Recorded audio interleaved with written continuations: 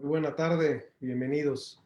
Hoy que es domingo 31 de mayo de este terrible año de la pandemia de 2020.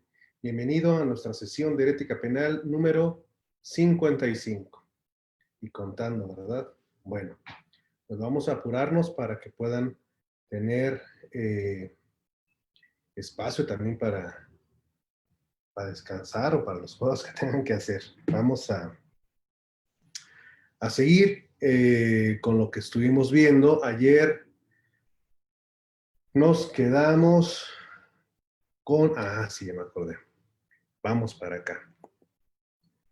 Hay algunas reformas que todavía no les he platicado, que necesito comentarles, que se dieron durante los 60s en nuestro país, en los temas que estamos refiriendo. Pero antes de ello, sí, porque acá vimos lo de Terry versus Ohio. Antes de pasar a estas reformas, vamos a hablar de esto como precedente. Vamos a poner un antecedente que va a ser el siguiente.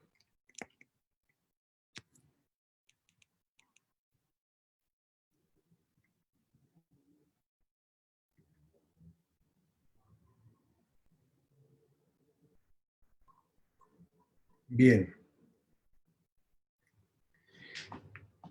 Además de que vamos a platicar hoy sobre temas que tienen que ver con algunas reformas penales que se dieron todavía a finales de los 60s en nuestro país, quiero aprovechar para poner un contexto geopolítico, cultural, social de la década de los 60s, a virtud de lo importante que es conocer este entorno, pero también por las consecuencias que va a tener para la década siguiente y que va a impactar en varios campos y desde luego impactará en el nuestro, en el ámbito del análisis del poder punitivo. La década de los 60s va a tener algunos episodios que podrían interpretarse como aislados, fuera de coordinación, pero aquí lo que voy a procurar con ustedes es que los veamos en un entorno integrador para que podamos comprenderlo. Bueno, en el caso de América Latina, por ejemplo, en el caso de América Latina, nuestro continente está con dos focos rojos en lo que tiene que ver con la democracia y la violencia. En el tema de la democracia, tenemos a un general en Paraguay que se ha venido reeligiendo desde 1954, Stroessner. En el caso de la violencia, tenemos a un país como Colombia que está enfrentando y mantiene en la década de los 60s un conflicto cuyo origen se remonta a la década de los 40s. En Colombia se conoce comúnmente a este periodo que va a abarcar varias décadas como la violencia. Es un conflicto político entre conservadores y liberales que va a alcanzar uno de sus momentos más fuertes cuando a un destacado penalista muy reconocido en Colombia, pues lo asesinan. Estamos hablando de Jorge Eliezer Gaitán. Voy a compartirles un documental sobre su vida y sobre la violencia, porque nos vamos a ver reflejados muchísimo en esto que ocurrió en Colombia desafortunadamente. Gaitán, desde luego, fue un activista social, tuvo una influencia importantísima en su país y bueno, fue cobardemente asesinado y esto enarboló la bandera de la lucha contra la violencia y se generó violencia. Solo como dato como necrológico, les comento que aquí, derivado de esta violencia, algunas personas con estas sociopatías llegaron a cometer una ejecución que 20 años más tarde va a volverse común en Colombia. Cortar el cuello y jalar la lengua.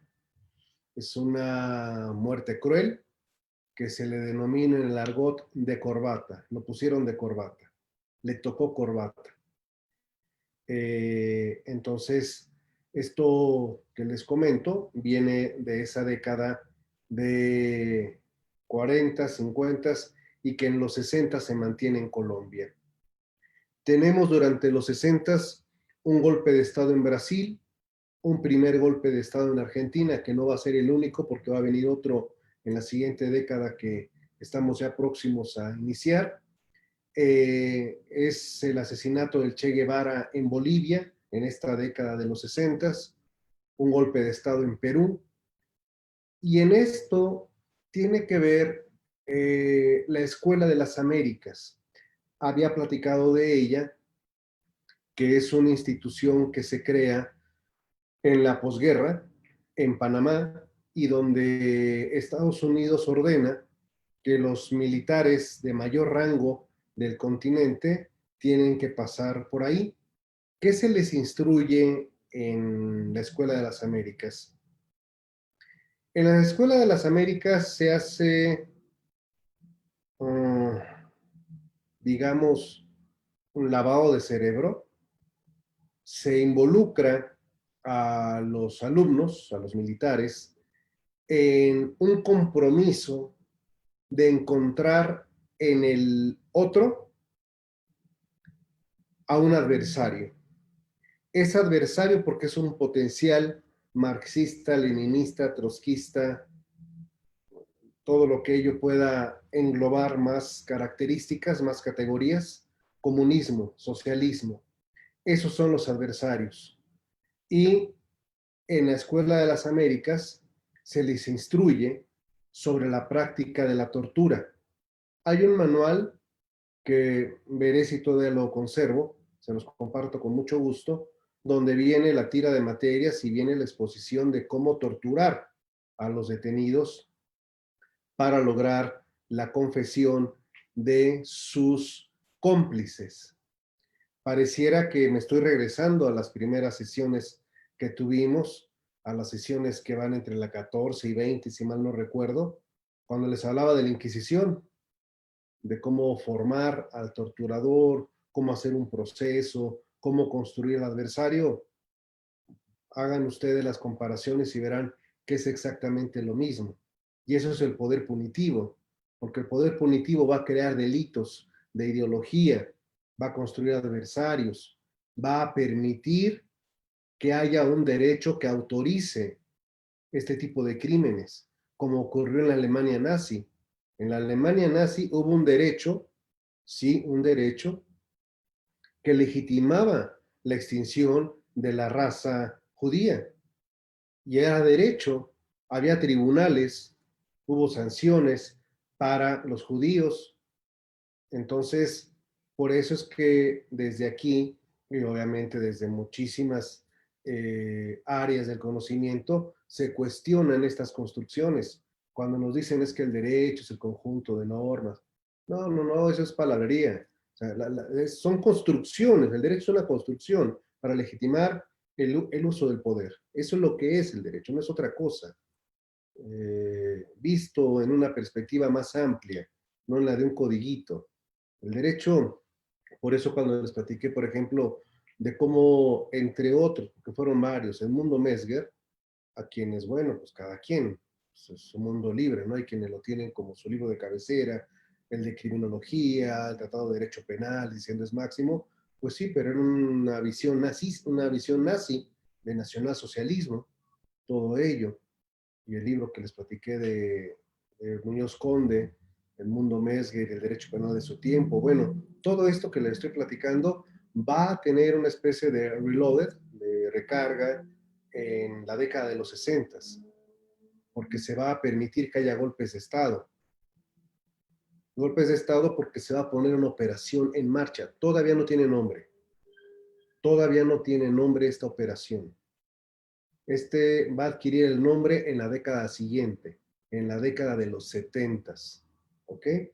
Ahorita lo que se está haciendo es ir germinando, germinando.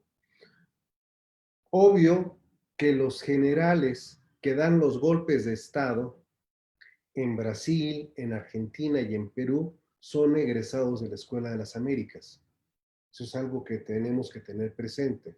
Y que cuando se dan estos golpes de Estado, no existe ningún reclamo por las organizaciones con una posición ideológica identificada con la derecha, como es la Iglesia Cristiana, como son los sectores de capital y como es desde luego Estados Unidos con sus gobiernos que jamás hicieron una reprimenda, una descalificación a esos golpes de Estado. Eh, Dentro de esta situación geopolítica que se está viviendo en América, vamos a tener que en el caso de Estados Unidos, tenemos 2 homicidios contra dirigentes que están luchando por el reconocimiento de los derechos de los afroamericanos y contra la brutalidad policial. Década de los 60. El primero de ellos fue Malcolm X y el segundo fue Martin Luther King, porque en esta década de los 60 las agresiones hacia la comunidad negra en Estados Unidos va en incremento, no solamente de ciudadanos, sino de agencias policiales. Y esto es lo que lleva a todas estas movilizaciones.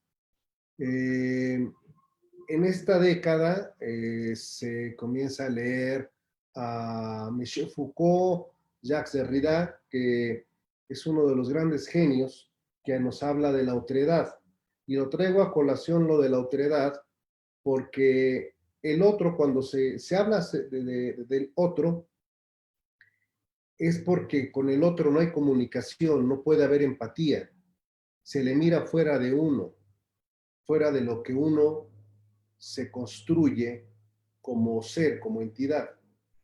Y el otro no pertenece a lo que hemos construido junto con otros que estimamos iguales. Y en el caso del afroamericano es el otro con el que no se tiene vinculación y lo único que se le puede hacer es la eliminación. Esa es la concepción que existe en muchos sectores de los Estados Unidos. Y miren que hoy que es 31 de mayo del 2020 y que les estoy hablando de este grave problema racial que existía en la década de los 60 en los Estados Unidos, hoy 31 de mayo del año de la pandemia, una gran cantidad de ciudades en los Estados Unidos de Norteamérica están bajo toque de queda derivado del homicidio que un policía hizo de una persona de la raza negra hace una semana en los Estados Unidos. Por eso les decía, ¿se ha cambiado en algo? Absolutamente nada. La violencia que se ejercía a las comunidades afroamericanas en Estados Unidos va a motivar 2 reacciones. Una, la creación del partido Panteras Negras y um, una agrupación o un movimiento, mejor dicho, denominado Black Power. Son 2 cosas distintas que no hay que confundir. El movimiento Panteras Negras y el Black Power como un movimiento ideológico reivindicativo que no se basa en la violencia, sino se basa en otro tipo de modelos de participación política, libertades políticas, etcétera, en cuanto que Black Panthers trae una ideología un tanto más radical, de enfrentamiento, derivado, bueno, pues de los constantes abusos a los que son sometidos los estadounidenses de color en la década de los 60. Bien, vamos a Europa, donde tenemos el IRA. No coloqué ahorita aquí al IRA, al Ejército Republicano Irlandés, que aunque ya existe, está todavía en un debate ideológico de integración, disgregación con el Sinn Féin. De hecho, por eso en la década de los 60 se crea el IRA provisional. Pero el IRA va a irrumpir en la vida del Reino Unido en los 70 y va a irrumpir de una forma violenta. Pero se los dejo anotado, en los 60 está el debate ideológico en Irlanda. Bien. Agrupaciones que se han conformado: Euskadi Tascatasuna, que reclama la independencia y el reconocimiento del País Vasco. Hay un mapa que ellos tienen diseñado, donde la parte norte de España, la parte norte de Francia, constituyen el País Vasco. Y Euskadi Tascatasuna se organiza bajo la ideología de la independencia, la soberanía. Recordemos que en esos tiempos España está bajo una dictadura, la de Franco, y que esa dictadura motivó el exilio de muchísimos españoles, la llamada Guerra Civil de los 30, 40, y que una gran cantidad de españoles viajaron a América Latina, y entre esa gran cantidad de españoles hubo destacadísimos juristas que vinieron a enriquecer nuestro acervo cultural, como el caso en Argentina de Luis Jiménez de Azúa, por ejemplo, y en México, bueno, ustedes saben que se recibió a una gran cantidad de extraordinarios talentos de la cultura, de la ciencia jurídica, de ciencias de España. Bien, entonces Euskadi Tascatasuna en los 60, finales de los 60, irrumpe porque va a comenzar a realizar sus primeras acciones violentas, que van a ser consideradas como terroristas. El terrorismo todavía no es algo tan conocido. La década de los 70 va a ser la década del terrorismo. Pero aquí estamos sentando las bases para que lo tengamos presente. La primavera de Praga, lo que sucede en la entonces Checoslovaquia, donde hubo un intento de perestroika, un intento de apertura, y la Unión Soviética no estuvo de acuerdo en que hubiera reformas donde se le otorgaran más derechos a los ciudadanos, y llevó a que la URSS invadiera Checoslovaquia, y que pues no sé cómo decirlo, irónicamente, uno de los líderes que se va a oponer a la invasión de la Unión Soviética y que va a ser respaldado por muchos checoslovacos va a ser Nicolai Ceausescu, que después se va a convertir en un dictador. Sí, Eric Fromm hay que leerlo muy seguido en este libro de El miedo a la libertad, que también se los debo, El miedo a la libertad.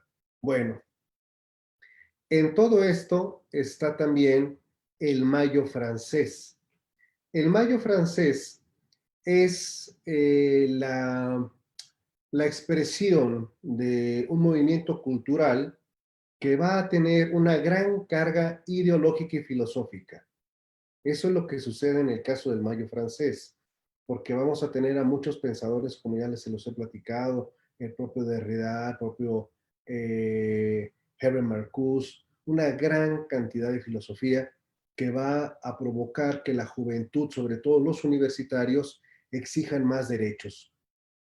¿Derechos en cuanto a qué? En cuanto al tipo de educación, en cuanto a sus libertades políticas, su participación en el gobierno, el poder acabar con las viejas estructuras de modelos que consideran ya bastante opresivos, porque de hecho inclusive cuando tomaron la Universidad de Nantes, por ejemplo, los jóvenes estudiantes que hicieron paro, cuando los fueron a sacar el ejército, el escándalo fue que había mujeres y hombres juntos. Sí, sí, sí, así como se lo estoy diciendo, ¿eh? El escándalo es que estaban mujeres y hombres juntos, y eso no era correcto. Estamos hablando de la Francia de esa década. Vamos a tener grandes dirigentes del movimiento. Les voy a compartir, si me permiten, unos videos que me gustaría que pudieran ver sobre cómo se dieron los enfrentamientos entre la policía, el ejército y los universitarios franceses. Es algo en realidad sorprendente, el nivel de violencia, porque muchos jóvenes universitarios fueron a las barricadas. París estuvo incendiada prácticamente, carros, edificios, negocios. Es fuerte. Hay que ver las imágenes para comprender el impacto que va a tener en toda Europa lo que está ocurriendo en París. Y todo eso que está ocurriendo en el mundo es entonces una atmósfera donde el adversario es el otro es el comunista, el socialista. Y entonces dicen en Francia, pues está entrando el socialismo también, en América Latina se está protegiendo porque ya en Brasil, en Argentina, en Perú ya hay dictaduras. En el caso de México no necesitamos una dictadura, pero tenemos que estar a las vivas de que no se meta el socialismo. Y como les comenté en la sesión anterior o a la previa, lo que ocurrió en San Miguel Canoa, que es una muestra de cómo esto del comunismo ya había permeado en la sociedad y es algo que las propias autoridades, en el caso concreto, Litempo 12 va a utilizar en su beneficio, Litempo 8, perdón, va a utilizar en su beneficio para quedarse con la candidatura a la presidencia de la República. Es decir, demostrar de que en México sí hay riesgo y que se necesita mano dura. Y para todo ello viene el movimiento estudiantil de nuestro país, que va a tener una genuina legitimación en su origen, pero que va a tener una perversión en la forma de cómo se conduce la autoridad respecto de ellos. Por eso se negó durante mucho tiempo en el 68 recibir a los alumnos, atender a sus peticiones, se les llamó transgresores de la ley, etc. Y hubo, pues obviamente, muchas escarceos previo a octubre de 1968, que fue una masacre terrible, que sigue impune, que sigue todavía con algunos claroscuros y que no debemos jamás olvidar. El 2 de octubre no se olvida, pues no solamente es una frase que habremos de repetir, sino de comprender, porque a partir de 68 México va a cambiar, porque es una herida que aún no está cerrada, esa masacre tremenda, cuyas imágenes pues me voy a omitir exhibírselas por razones obvias, eh, pero también les pondré algunos documentales muy centrados sobre esta terrible situación que vivió nuestro país. Bien, eh, transcurrido el 68, pues el mundo sigue impactado por lo que ha sucedido principalmente en Francia. Lo que sucedió en Tlatelolco también tuvo una trascendencia grande. Y viene Woodstock, un concierto mítico. ¿Por qué lo menciono? Porque la juventud no era escuchada. Y Woodstock vino a demostrar que la juventud estaba exigiendo ser escuchada, estaba exigiendo libertades, estaba exigiendo muchas cosas. Y por eso los Beatles, que los puse por aquí, pues van a tener una especie de liderazgo geopolítico sobre las demandas de los jóvenes. Y esto va a llegar a preocupar no solamente a Inglaterra, va a llegar a preocupar a Estados Unidos, porque hay posicionamientos, hay declaraciones de algunos de los integrantes, sobre todo los más inteligentes, John Lennon, Paul McCartney, cuyas expresiones pueden interpretarse como de rebeldía, subversivas, pero hasta cierto punto prosocialistas. Entonces, este es algo que no va a ser de mucho agrado, pero este es el entorno que se está viviendo en la parte final de los 60. Y aquí es donde surge esto. Una cerveza, un monstruo. Y nos vamos a trasladar a Estados Unidos para que les pueda platicar de esto de manera rápida. Hay una mujer, una madre soltera, que es dipsómana. Tiene un fuerte problema con el alcoholismo. Y tiene a su crío, y su crío pues, está pequeñito, tiene pocos años, y la mamá pues no tiene la capacidad total para comportarse como madre respecto del menor, y en una ocasión lleva al menor, que no era la primera vez, desde luego, a una taberna donde lo ofrece prácticamente a cambio de una jarra de cerveza, porque no tenía para pagar, pero deja al crío como pago de la jarra de cerveza.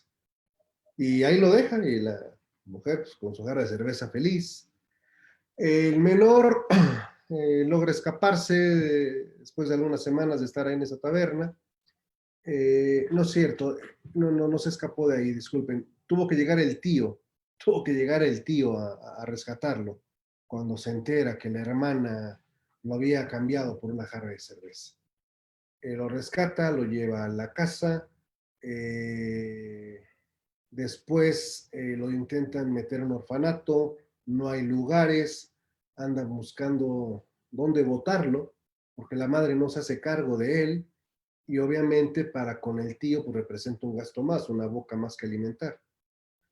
Hasta que por fin encuentran un orfanato, ahí lo botan, y a los meses el joven, ya han pasado algunos años, el medio adolescente, pues se fuga y regresa a la casa materna a buscar a su mamá, y su mamá lo rechaza. Ante este rechazo, pues se va con su palomilla y empieza a cometer pequeños atracos. Y es detenido cuando tiene su primera de más de una docena de detenciones, es cuando tiene 17 años, más o menos. Pero a partir de ahí, este joven va a pasar la mayor parte de su vida preso. No va a estar en, en un desarrollo, digamos, híjoles, qué difícil es decir normal, ¿verdad? En estas condiciones tan dispares que hay en el mundo. Pero no va a tener una vida que no esté vinculada con el presidio. Sale, comete un delito, vuelve a ser recluido. Sale, vuelve a lo mismo. Y es más de 12 ocasiones en que esto le viene ocurriendo. ¿Cuáles son los delitos que más va a cometer? Robo a mano armada y robo de vehículo. Digamos que son los delitos, hay que decirlo, comunes que se dan en las sociedades urbanas. Bien, este joven, durante su estancia en las cárceles, eh, va a estar leyendo. El mayor número de sus estancias van a darse en la mitad de la década de los 50 y todos los 60. Está leyendo, hay librerías al interior de los establecimientos, y hay dos versiones que ameritan un poquito más de estudio, porque una de ellas dice que leía cienciología. No puedo dar una afirmación veraz sobre de ello, aunque haya bibliografía relevante. Y otra teoría es sobre el esoterismo, que creo le doy un poquito más de fiabilidad, y le voy a decir por qué. Se va más al esoterismo y a la filosofía oriental, por la forma en cómo él se va a empezar a comportar. Y de la última reclusión en la que él estuvo, 1967, casi en 1968, sale de prisión y Estados Unidos ha celebrado el Summer Love, antes de Woodstock. Summer Love, el verano del amor, donde el amor es libre, hay que amar, hacer el amor en la guerra, que es una frase que viene ya para lo de Vietnam, la guerra de Vietnam. Y está el movimiento hippie en su máximo esplendor. Este individuo asimila inmediatamente el entorno, hábil al final del día, y con estas lecturas se dirige a una parte de California donde el movimiento hippie es así lo más fuerte. Empieza a hablar, empieza a platicar, tira mucho verbo, tira mucho rollo, como se dice en otras regiones, y convoca a un grupo de jóvenes, mujeres y hombres, que se van a convertir en sus seguidores. Él trae una pasión, quiere cantar, siente que tiene habilidades para componer música, letra y cantar. Bueno, pues se lleva a su grupo, logran hacerse de un autobús escolar todo desvencijado y comienzan el viaje al paraíso. En este trance van a conocer a muchas personas y conocen a un músico que se ofrece a darles posada en su casa, en California. Sabe que el dirigente pues tiene esta intención de querer cantar, de echarse unos gorgoritos, le hace una maqueta inclusive porque él es músico, eh, pero termina todo en una situación límite porque dice el buen samaritano, ya no tengo para mantenerlos, ya llevan aquí mucho tiempo, ya ahuequen el ala, se van a lo de su camioncito nuevamente, pero conocen el camino a otro productor, porque el primer músico lo meneó en el ambiente. Y entonces el productor, el segundo que conoce, se muestra interesado en la maqueta que grabó y le dice, ¿sabes qué? Sí te puedo grabar, o sea, como que te veo patas para gallo para que te pongas a cantar. Y eso le cambia la perspectiva a este sujeto. Entonces dice, sí, ¿no? Yo estoy feliz para hacerlo. Bueno, se interrumpen los contactos con el productor y el grupo ya está establecido en un rancho donde sigue predicando este men,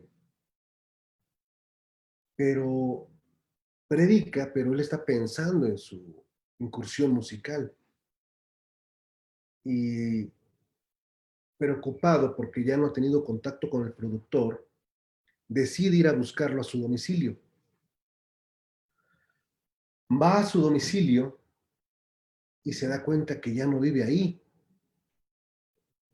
que viven otras personas, que son del mundo del cine, no del mundo de la música. Incluso una mujer lo ve, pero como no agredió nada, dijo, perdón, se viene a buscar a fulanito. No, no, ya, él nos vendió la casa, ¿no? Se retiró. Nunca llamó a la policía, pero sí se lo comentó a su esposo. Dijo, viene un sujeto ahí con una vibra muy rara. Entró a la casa buscando al que nos vendió la casa. ¿Y qué pasó? No, no pasó nada, pero me dejó un mal presentimiento. Un mal presentimiento. A partir de ese instante, el discurso y la actitud del frustrado cantante va a cambiar. El LSD, sus diálogos, lo van a llevar a estar escuchando todo el día el álbum blanco de los Beatles. Todo el día, todo el día. Y entonces le empieza a decir a sus discípulos que ese álbum habla de lo que él les ha dicho, pero que trae más mensajes ocultos que él está interpretando. Entonces, pues sus seguidores se quedan así. Les dice, miren, tenemos que prepararnos porque viene una guerra. Y va a ser una guerra interracial. Los negros se van a levantar contra los blancos. Y va a ser una masacre. Nosotros, ustedes y yo, tenemos que estar preparados porque cuando ellos se acaben, solo quedaremos nosotros y nosotros tenemos que dominar el mundo. Entonces tenemos que empezar a aprender a gobernar, ¿de acuerdo?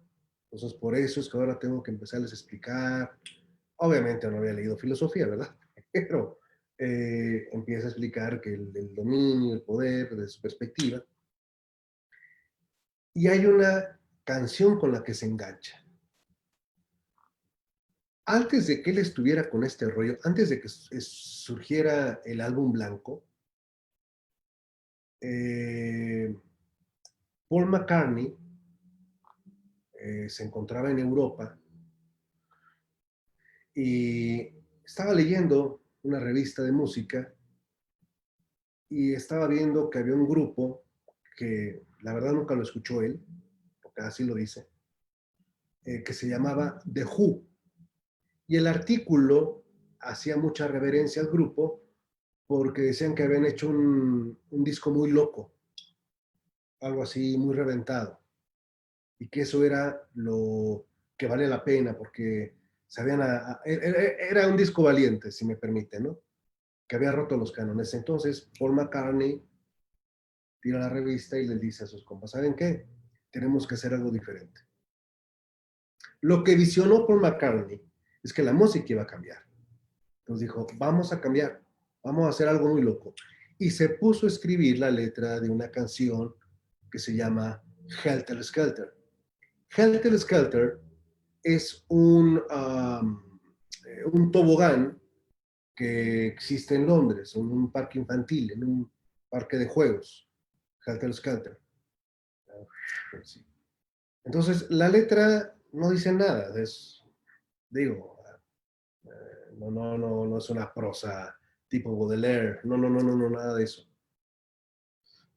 Eh, pero es unas estrofas que incitan al movimiento, muévete, párate, les va a pasar la rola. Pero cuando ya la llevan al estudio, lo que Paul McCartney busca es que la guitarra ya suene diferente. Eh, es el inicio de lo que va a ser posteriormente el heavy metal, para quienes les guste la música. Se pasaron más de días en la grabación, de hecho hay anécdotas de que hay una grabación inédita que dura 20 minutos con esta canción, Helter Skelter, que inclusive George Harrison, que es el más baquetón de todos, terminó votando las cosas. Bueno, esta canción, Helter Skelter, es con la que se engancha este gurú, este líder de este grupo. Y entonces les dice, vean, aquí nos está diciendo que ya tenemos que empezar. Hay que comenzar ya la guerra. Nosotros somos quien tenemos que provocarla, porque se están tardando los tiempos. Y los tiempos son ahora. Aquí lo dice la canción. Y se las ponía. Y pues imagínense todos en el viaje, pues en el hecho sí, ahí lo dice. Entonces, la instrucción que le da el líder a su grupo es que se van a cometer asesinatos en los que se va a inculpar a las Panteras Negras como autoras del hecho, para que de esta manera inicie la guerra racial, precisamente estando Estados Unidos involucrado en esa tensión. El primer crimen se comete en una residencia donde por las instrucciones del líder se va a pintar en las paredes las palabras cerdo, pig, que se utilizaba mucho contra los ricos por parte de los negros. No se pone Black Power, porque como les dije, Black Power es un movimiento y Black Panthers es un grupo identificado que busca llegar al poder. Bien, entonces escriben.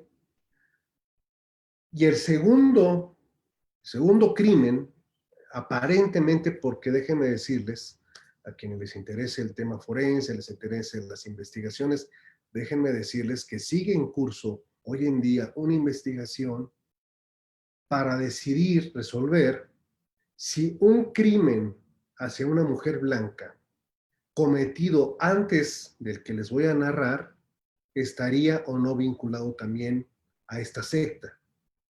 Esto es reciente, ¿eh? Esto no tiene mucho tiempo que está en curso la investigación, y cuando decimos está en curso es porque efectivamente se sigue analizando si se les puede atribuir o no a esta secta la muerte de esa infortunada mujer. ¿Por qué? Porque fue en un área muy próxima a donde se cometió el evento que ahora les voy a narrar. El siguiente crimen les ordena el líder que vayan a una casa concreta. Dice, ahí entren y maten a todos de la forma más cruel que puedan. Y lo mismo, porque tenemos que empujar a que esto ya se genere. ¿Qué casa es esa? Esa casa es la casa donde vivía el productor que había escuchado su maqueta y que le había dicho que sí tenía virtudes y talento para ser cantante. Y que cuando dejó de tener contacto con él, fue a buscarlo, se metió en la casa a buscarlo, y la moradora se espantó al verlo. No lo denunció, se lo contó a su esposo. ¿Quién fue la moradora que le dijo a su esposo que le había dado un mal presentimiento? Era Sharon Tate y su esposo era Roman Polanski. Y entonces este sujeto, el líder, dice, ahora vayan a esa casa. Y van a esa casa y justo cuando iba saliendo uno de los invitados de una reunión que había, que así iba, ¡pum!, es el primero que apuñalan. Luego entran y le dan crán a todos. Roman Polanski, como ustedes saben, se encontraba en Londres en esos momentos. Matan cruelmente a Sharon Tate, a los demás, y pintan Pig, Helter, Skelter, que es el movimiento, y otras palabras ahí en la nevera y cosas de estas. Obvio que el primer crimen, el segundo crimen,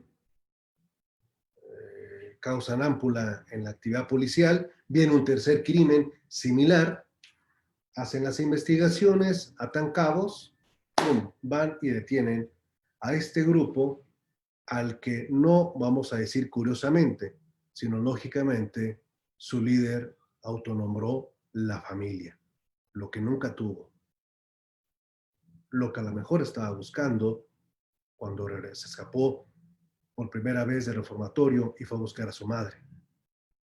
Quizás es lo que estaba buscando, una familia. No hay nada que justifique. Recuerden que en la criminología no se justifica, se buscan las causas. Identificar las causas del comportamiento violento. Charles Manson nunca utilizó un puñal, nunca mató a nadie directamente, pero sí ordenó que se cometieran esa brutalidad de crímenes. Por esa razón, quedó preso, quedó condenado, sus seguidoras, algunos no, porque llegaron a un acuerdo con la autoridad a través de una figura que se llama plea bargain, que es, eres responsable, confiesa y avienta a los demás y tú te puedes ir. Un esquema del proceso penal norteamericano, uno de sus más característicos esquemas de negociación de la justicia penal, el plea bargain. ¿Ok? Y entonces, esto es lo que sucede en un país, en Estados Unidos, donde hay tensión racial, donde se junta el uso de drogas psicodélicas, el movimiento hippie, los Beatles, que cuando les dijeron a los Beatles, oye, ustedes mataron, no, que nosotros no tenemos nada que ver, la desconocemos por completo. Y de ahí la entrevista de McCartney y todo lo que les he platicado. Charles Manson Ha sido considerado como uno de los criminales más crueles y más terribles que han habido en Estados Unidos. No sé si realmente lo sea. Lo que sí les puedo decir es que desgraciadamente se convirtió en un personaje de culto. No soy quien en absoluto para criticar o para juzgar a nada ni a nadie. No, no, no, no, no. Pero, por ejemplo, un cantante que reconozco su talento, porque sí me agradan muchas de sus canciones, tomó dos nombres de manera irónica, y es un hombre muy inteligente, déjenme decirles, ¿eh? Tomó dos nombres de manera muy irónica para mandar un mensaje y se llama artísticamente Marilyn Manson, por ejemplo. Hay una serie en Netflix que se las voy a recomendar. Obviamente no enseñamos con series o con películas, pero hay algunas que se logran salvar por el asesoramiento que tienen. Y esta que les voy a recomendar se llama Criminal Minds, porque está seguida al pelo de todo lo que ha sucedido. Y de lo que voy a platicarles aquí, porque en la década de los 70 surgen hechos que le dan vida y motivo a esta serie, Criminal Minds. Para que se enganchen, les voy a poner un tráiler en uno de los links precisamente sobre este personaje, porque esta serie tiene la siguiente peculiaridad. Y vean, para que sea serie con estos reconocimientos de criminólogas y criminólogos en el mundo. Criminólogas y criminólogos reconocen la calidad de la serie. Número dos, el apego a los hechos. No está hollywoodizada ni nada por el estilo. No, los hechos están como han ocurrido. Y número tres, los personajes de estudio, los actores, son impresionantemente idénticos. ¿Cómo lo lograron? ¿Cómo lo hicieron? No sé, no sabemos. Pero para quienes hemos tenido algún interés por el análisis de la psicopatía, de los asesinos seriales y todo ello, cuando vemos en pantalla la representación y caracterización de esos criminales, se nos enchina la piel, porque es increíble lo que lograron. Y bueno, entonces ese se las voy a recomendar. Entonces, este es el contorno, contexto en el que van a cerrar los 60s. Charles Manson viene a cerrarle la puerta al amor y paz. Con él termina el sueño de una noche de verano. Tremendo, ¿verdad? Bueno, pues ya va a ser hora de que descansen. Mañana seguimos ahora sí con las reformas que me faltaron. Me dio mucho gusto verles. Cuídense, por favor, no salgan, no salgan, no salgan. Yo sé que ya queremos salir corriendo, pero una semanita más y ya empecemos a ver porque las cosas están complicadas, ¿no? Reciban un abrazo con mucho afecto y nos vemos mañana en punto de la 1 de la tarde. Hasta entonces.